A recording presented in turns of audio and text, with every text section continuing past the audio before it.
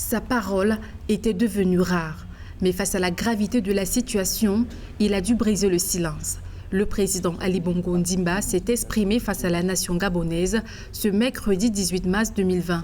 Une allocution solennelle pour appeler à l'unité et à la responsabilité pour vaincre l'épidémie de coronavirus. Plus concrètement, les citoyens sont appelés à respecter les directives du gouvernement, les règles de distanciation sociale et surtout à respecter scrupuleusement les consignes d'hygiène. Le combat contre le Covid-19 n'est pas un combat individuel. Ce n'est même pas un combat de l'État. C'est le combat de toute société. Autrement dit, notre combat à tous que nous devons mener aujourd'hui, demain et dans les mois à venir. Le combat contre le Covid-19 est une cause résolument nationale.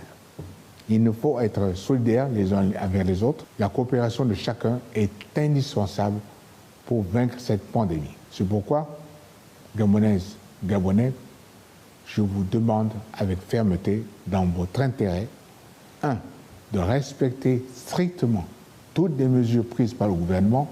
De la fermeté, mais pas de mesures exceptionnelles pour l'heure. Alors que certains redoutaient un relèvement des mesures préventives avec l'annonce notamment d'un confinement général de la population, le président Ali Bongo Ondimba s'est plutôt montré rassurant. D'importants moyens humains, financiers et matériels ont été mobilisés.